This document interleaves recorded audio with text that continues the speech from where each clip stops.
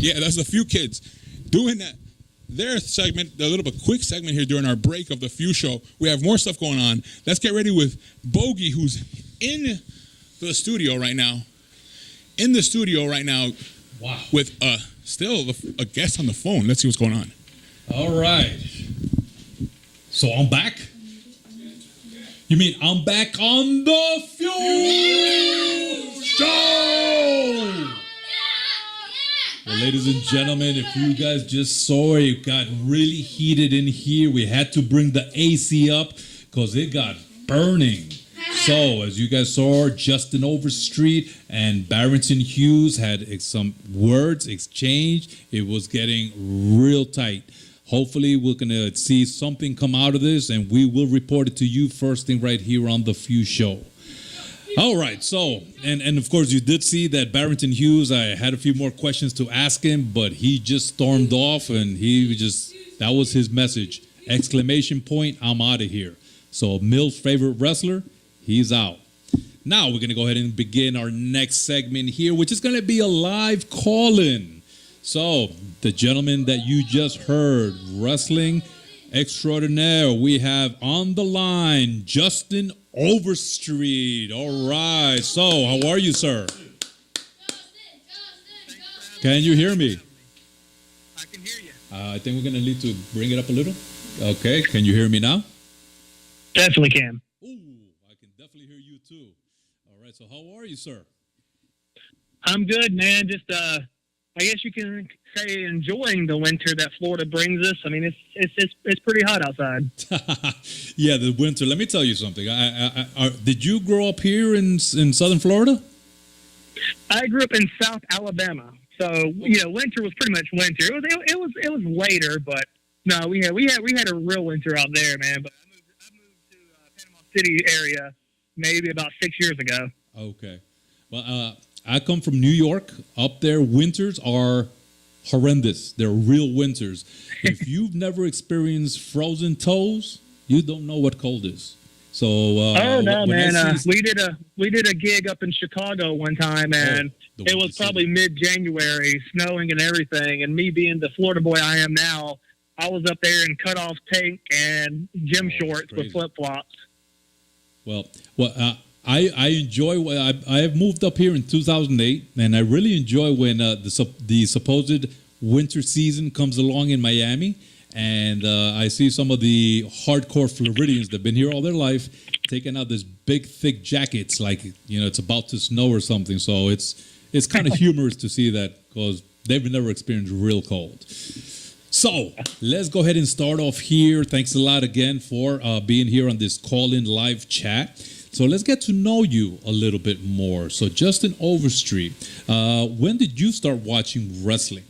What were your first memories on wrestling?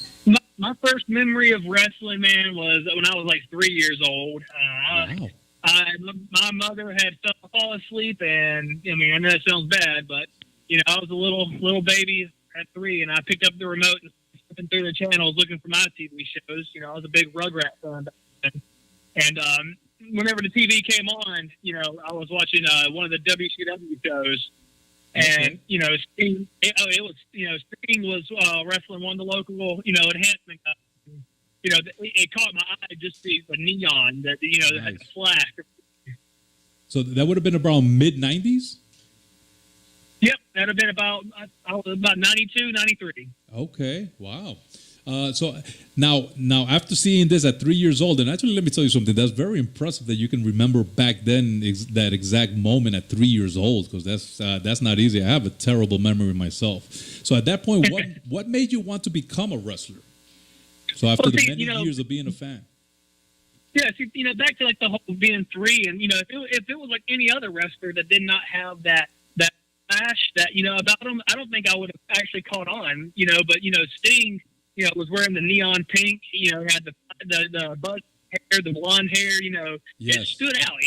And when I first saw it, I thought I was looking at like an action movie, a comic book of and that's what caught my eye about it. I'm like, wow. And as time went on, I didn't know when to watch it or how to watch it because, I was still too young to understand like TV listings. But Of course.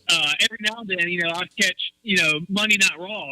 We're in 94, 95 now. Yeah. And again, man, when it came to Monday Night Raw, Bret Hart, his feud with Shawn Michaels was one that stood out with me. Yeah, and as time went on, I'm like, this is a thing. I didn't know yet that it was scripted. I just thought, dang, like these guys are doing these pretty cool things to each other, and they're not dead. Are you kidding me? Exactly. With all that violence. Oh yeah, definitely. Okay. So, when did you begin wrestling, and how was that first experience? So, you went through your school and training. So that first day that you got your first match and you're out there ready to perform, how was that feeling? Because now you weren't watching TV, you were the one performing. Well, see, this was back in 2009 in Dothan, Alabama. Okay. That's the Continental, Championship Wrestling area right there. So, like, the thing was, man, like, you're never ready for your first match. You're never ready. I don't care how long you've been training. You don't just walk in there. You're like, hey, your match is today. And you're like, oh, I can't. I'm excited. No, man, it's nerves as much as you can think. And I was just doing security. I was paying dues, putting rings together, and being a security guard. And they come up to me in the middle of training like, hey, we had a couple call out, so we're gonna need you to come up tonight and debut. Oh, wow. And So yeah, dude, it was like on the spot. It was like an hour before the show starts, and they want me to do the first match of the night, and I'm like, lost for words. I'm scared, humbled, anxious. Like you can't really pinpoint the exact term of what you're feeling, but you don't really know what kind of charisma you have either, man. Because Exactly. yeah, because when you go out there, you're just too nervous to be you. So. Yeah, I mean, the feeling was just crazy. Like, there was so much. You didn't know if you want to puke, pass out, or if you were going to go out there and, Vince McMahon to be in the audience watching, like, wow, that kid's first match was awesome.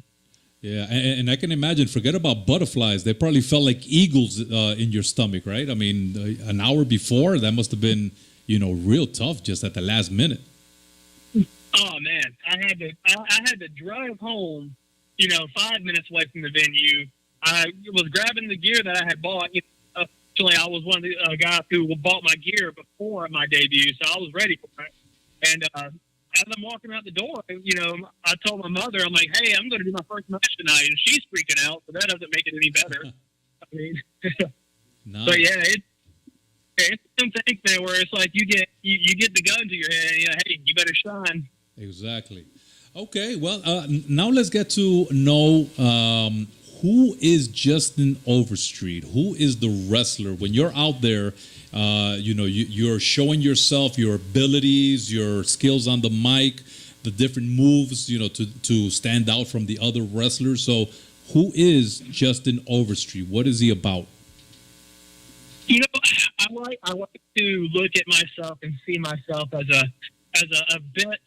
It's a best of both worlds. I like to be a reincarnation of, the old school mentality, man. I like to, I want when people to see me, they're like, wow, he's really trying to win this match, or he's really knocking the mess out of that guy. But at the same time, I want to be innovative. I want to, when I step in that ring, when the kids see me, the kids attract to what's cool, and the kids ultimately what you want to draw for the show anyways, because when you draw one kid, you draw an adult. You just sold 2 tickets. That's my whole idea. Like, I want to go out there and I want to be known as that guy who left in the ring and, didn't pull a punch. Made those kids believe in it. Maybe even the adults believe in it. At the same time, I want to have that old school edge, that new school edge. Exactly. Okay. So a little old school, and I like that. So, Mr. Overstreet, at this point, we are at the end of our segment. You have any messages you would like to say to your Overstreet fans out there? I love doing these deals right here. And you got some fans over here. I don't know if you can hear them. I can hear them, man. I can hear them. Wow. 2017, is going. I want to make this the best year yet for me. This is going to be my 8th year in the business as of September. So, I'm really training exceptionally hard nowadays. I've hired me a personal trainer to really kick my butt into better shape, and I want to take 2017 as high as I can go with it. Awesome. All right. Well, thank you so much, sir. So, ladies and gentlemen, we've come to the end of this 4th segment here. If you want to know and see a little more about Justin Overstreet and what he is doing, just go to facebook.com and type in Justin Overstreet Wrestler, and you will find his like page. Click like, check him out, leave a message, support. All right, Mr. Overstreet. Yeah. Make sure you guys, attend any local wrestling event.